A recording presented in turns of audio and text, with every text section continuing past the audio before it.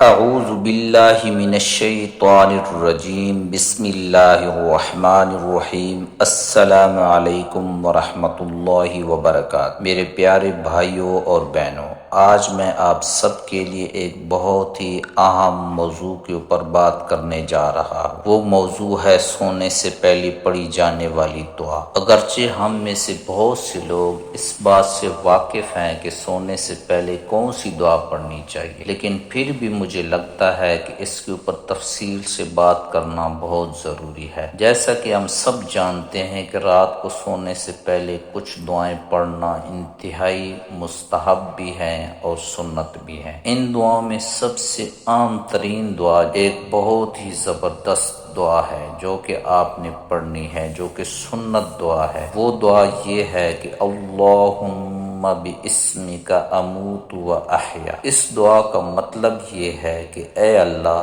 میں تیرے نام کے ساتھ مرتا ہوں اور تیرے نام کے ساتھ زندہ ہوتا ہوں۔ یہ بخاری شریف میں حدیث ہے، مشکات شریف میں بھی ہے۔ یہ دعا حضرت محمد صلی اللہ علیہ وآلہ وسلم کی سنت ہے، اور سنت کو زندہ کرنے کا ثواب آپ جانتے ہیں کہ 70 شہیدوں کا ثواب ہے۔ اتنی آسان سی دعا ہے۔ آپ صلی اللہ علیہ وآلہ وسلم ہر رات سونے سے پہلے یہی دعا پڑھا کرتے تھے، اس لیے ہمیں بھی یہ سنت قائم کرنے کے لیے بہت ہی کوشش کرنی چاہیے اور اس کا معمول بنانا چاہیے۔ جب کوئی چیز بار بار کی جاتی ہے تو اس میں طاقت اور عمل کے اندر تاثیر پیدا ہو جاتی ہے۔ یہی لوگ وظائف بتاتے رہتے ہیں آپ کو کہ بار بار پڑھیں۔ بار بار پڑھنے کی مثال یہ ہے کہ اب سورۃ فاتحہ کو دیکھ۔ سورۃ الفاتحہ جو ہے وہ ایک ایسی ہے جو کہ ہر وقت پڑھی جاتی ہے، ہر دعا میں پڑھی جا رہی ہے۔ کسی جگہ میں ہم جب فاتحہ خوانی کے لیے جاتے ہیں، کسی کے لیے دعا کرتے ہیں، جب کسی کے پاس جاتے ہیں تو سورۃ الفاتحہ پڑھتے ہیں۔ سورۃ الفاتحہ کو 7 دفعہ پڑھنے سے وہ فضائل ملتے ہیں۔ میں خود اس چیز کا کر چکا ہوں۔ یہ میرا بازو ٹھیک ہی نہیں ہو رہا تھا، بایاں بازو، یہ ایک قسم کا سیز ہو چکا تھا، کافی علاج کروائے لیکن اس کے باوجود یہ ٹھیک نہیں ہو رہا، لیکن میں نے خود اس کے اوپر عمل کیا اور ہر نماز کے بعد 7 دفعہ میں نے سورۃ الفاتحہ پڑھ کر دم کیا۔ الحمدللہ الحمدللہ ثم الحمدللہ، اب میرا بازو بالکل ٹھیک ٹھاک ہے۔ تو یہ کتنی برکت والی بات ہے۔ جو چیزیں بار بار پڑھی جا رہی ہے آپ خود سمجھ جائیں تو اللہ تبارک و تعالیٰ کی طرف سے اس کی کتنی اہمیت ہوگی۔ تو جب بھی کوئی بیماری بھی ہو تو سورۃ الفاتحہ کو آپ 7 دفعہ پانی کے اوپر دم کر کے پئیں، اس کے اوپر ہاتھ رکھ کر دم کریں، انشاءاللہ تعالیٰ آپ کو یقینی فائدہ ہوگا۔ اس کے لیے کسی سے اجازت لینے کی بھی ضرورت نہیں ہے۔ یہ تو خود صحابہ کرام نے خود اس کے اوپر عمل کر کے دکھایا بھی ہے کہ آپ سورۃ الفاتحہ کا معمول بنائیں، تو یہ آپ کے لیے شفا، سورۃ الشفا بھی اسے کہا جاتا ہے۔ اس میں کتنی آیات ہیں، نبی پاک صلی اللہ علیہ وآلہ وسلم نے اس کے بہت زیادہ فضائل بتائے۔ آتی تو یہ اللہ تبارک و تعالیٰ نے اپنے بندے کے لیے مخصوص کر دی ہے، جو کہ آخری پارٹ ہے، اور شروع میں اللہ تبارک و تعالیٰ کی تعریف ہے۔ اللہ تبارک و تعالیٰ کی ذات ایسی ذات ہے کہ ان کے کاموں کے اندر آپ دنیا میں دیکھ لیں کیسے کیسے کام ہیں جو اللہ تبارک و تعالیٰ ہمارے لیے مسخر کیے ہوئے۔ خاص کر آپ یہ دیکھیں، پانی ہے، انتہائی ضروری چیز ہے پانی۔ تو پانی کتنا بڑا سٹور ہے سمندر کا، کتنے سمندر ہیں اور اس کے اندر پانی کتنا زیادہ سٹور ہے۔ وہاں سے بادل اٹھتے ہیں، اس کے بعد جا کے وہ میٹھے ہوتے ہیں، پھر ہمارے علاقوں میں برستے ہیں۔ ہم کہیں گاؤں میں بھی ہوں تو وہاں بارش آتی ہے، اور وہ جب بادل بارش برساتے ہیں تو اس کے لیے کھیتی باڑی بھی ہوتی ہے، آپ کی ضروریات بھی پوری ہوتی ہیں۔ اور صرف سنت اتنی سی ہے، آپ بسم اللہ سے شروع کریں، پانی پئیں، اس کے بعد الحمدللہ کہیں۔ اتنا سا آسان سا عمل، یہ بھی ایک سنت ہے۔ سنت کے اوپر عمل کرنے سے آپ کو تھوڑی سی نبی پاک صلی اللہ علیہ وسلم کی سنت ہے کہ نبی پاک صلی اللہ علیہ وسلم نے خود فرمایا کہ بسم اللہ پڑھیں، کوئی کام بھی شروع کرنے سے پہلے بسم اللہ پڑھیں۔ اس کے پیچھے کتنی اللہ تعالیٰ کا ایک کارخانہ ملوث ہے جو کہ کام کو سر انجام دیے جا رہے ہیں، جیسے سورج ہے۔ اللہ تبارک و تعالیٰ ہمیں سنتوں پر عمل کرنے والا بنا دو۔ یہ بھی ایک سنت ہے کہ سونے سے پہلے آپ پڑھیں اللہم باسمک اموت و احیا۔ آپ ہر سونے سے پہلے جب بھی سونے لگیں تو پڑھیں، اور طریقہ یہ اختیار کریں کہ اپنا جو دایاں ہاتھ ہے وہ اپنے چہرے کے نیچے رکھیں، اور اس کے بعد یہ دعا پڑھیں، اللہم باسمک اموت و احیا۔ 4 لفظ ہیں، اس کا معمول بنائیں گے۔ جب آپ ریگولر معمول بنائیں گے تو آپ کی تمام نیند کے مسائل ختم ہو جائیں گے۔ آپ نے ایک قسم کا آخرت کا اقرار کر لیا، ساتھ میں توحید کا اقرار کر لیا، کیونکہ آپ نے خود کہہ دیا کہ اللہم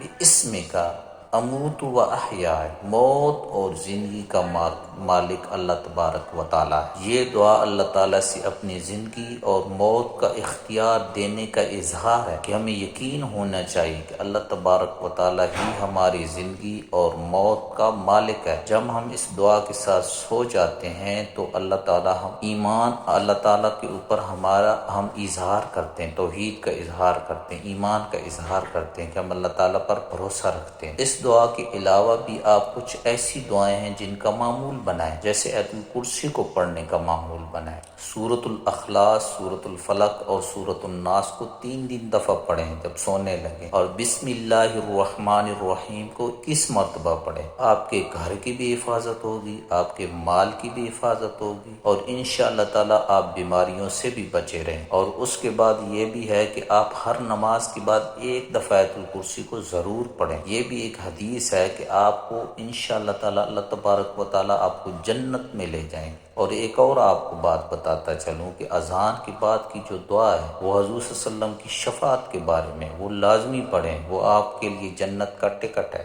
لوگ اس چیز کا معمول نہیں بناتے، لیکن آپ اس چیز کا معمول بنائیں، یہ سنت دعا ہے جو ہم پڑھتے ہیں، اللہم رب ھذہ الدعوۃ التامۃ والصلاۃ القائمہ۔ یہ پوری دعا آپ پڑھیں۔ یہ سب سے افضل جو دعا ہے، یہ جو سنت بھی ہے اور حدیث شریف میں آئے، یہ تو سب سے پہلے پڑھیں، اللہم باسمک اموت و احیا۔ اور اسی طرح جب اٹھیں تو اٹھنے کی دعا پڑھیں، بعد کی دعا بھی پڑھیں، اور اس کے بعد جب اٹھیں تو چاروں کونوں میں 10 دفعہ یا رزاق، اللہ تبارک و تعالیٰ کا نام ہے وہ پڑھ لیں، انشاءاللہ تعالیٰ آپ کو دنیا کے بھی مسائل ختم ہو جائیں، کیونکہ اللہ کا نام ہے یا رزاق۔ اس میں تو نام سے اظہار ہے کہ رزق دینے والے، اور صبح رزق بڑھتا ہے، صبح کے ٹائم رزق ہوتا ہے، اور صبح کے ٹائم میں بہت زیادہ برکت ہے۔ بلکہ آپ کو واقعہ بتاتا چلوں کہ ایک بندہ امریکہ کے اندر، پاکستان کے اندر بہت بڑا، بلکہ ٹریننگ دیتا تھا، فوجیوں کو بھی ٹریننگ دیتا تھا، اس کے بعد اسکول میں بھی پڑھاتا ہے، APS اسکول سے وہ فارغ ہے۔ اس نے کہیں سنتے یہ کہیں حدیث سن لی کہ صبح کے ٹائم میں بڑی برکت ہے۔ اس نے اتنا پڑھا لکھا تھا، لیکن اس وقت اس کو اس چیز کی سمجھ آئی کہ یہ اس نے کبھی سنی نہیں تھی۔ یہ چیز چھوٹی سی چیز ہے کہ آپ صبح کے ٹائم میں اللہ تبارک و تعالیٰ نے برکت رکھی ہوئی ہے، اس کی پوری تفصیل اس نے کہیں سن لی۔ اس کے بعد اس نے معمول بنایا، وہ کہتا ہے کہ میرا کام رات کو 12 بجے ختم ہوتا تھا، لیکن جب میں نے اس چیز کا معمول بنایا، صبح اٹھنے کا معمول بنایا، تو میرا کام دن میں 12 بجے ختم ہو جاتا ہے۔ اتنی بڑی برکت ہوتی ہے، آپ کے کاموں میں برکت ہو جائے گی صبح اٹھنے کا۔ آج کل ہمارے ہاں معمول ہے کہ دکانیں بڑی لیٹ کھلتی ہیں، اور اس طرح لیٹ سوتے ہیں لوگ، پھر دکانیں لیٹ، تو یہ اس میں کوئی اتنی بڑی کامیابی نہیں ہے جتنی کامیابی صبح کے ٹائم میں ہے۔ صبح میں آپ خود واک کریں، آپ یہ فجر کے ٹائم جب آپ تھوڑا سا واک کریں، ایک قسم کا پرسکون ماحول ہوتا ہے، اس ٹائم آپ ذکر اذکار بھی کریں، ساتھ تلاوت کریں، تلاوت کا معمول بنائیں۔ یہ ایسی چیزیں ہیں کہ یہ مسلمانوں کے لیے ایک تحفہ ہے۔ اب یہ اندازہ کریں کہ ایک بندے کا یہ واقعہ لکھا ہوا ہے کہ وہ اس کو کوئی ایسی بیماری تھی، بہت زیادہ پریشان تھا، تو اس سے کسی نے پوچھا کہ